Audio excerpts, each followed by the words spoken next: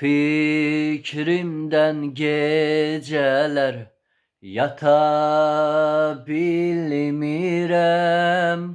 Bu fikri başımdan ata bilmirem.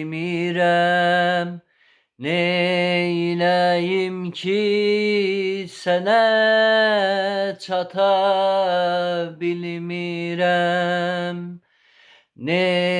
Neyleyim ki sene çata bilmirem. Ayrılık, ayrılık, aman ayrılık.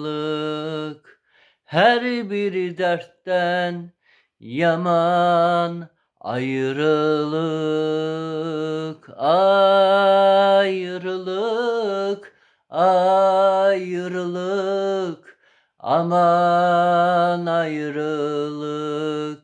Her bir dertten yaman ayrılık.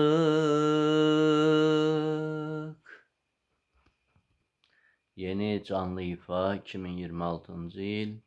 Ayrılıq mahnısı Azərbaycanın milli xalq mahnısı. Buyurun dinleyin, dəstək olun.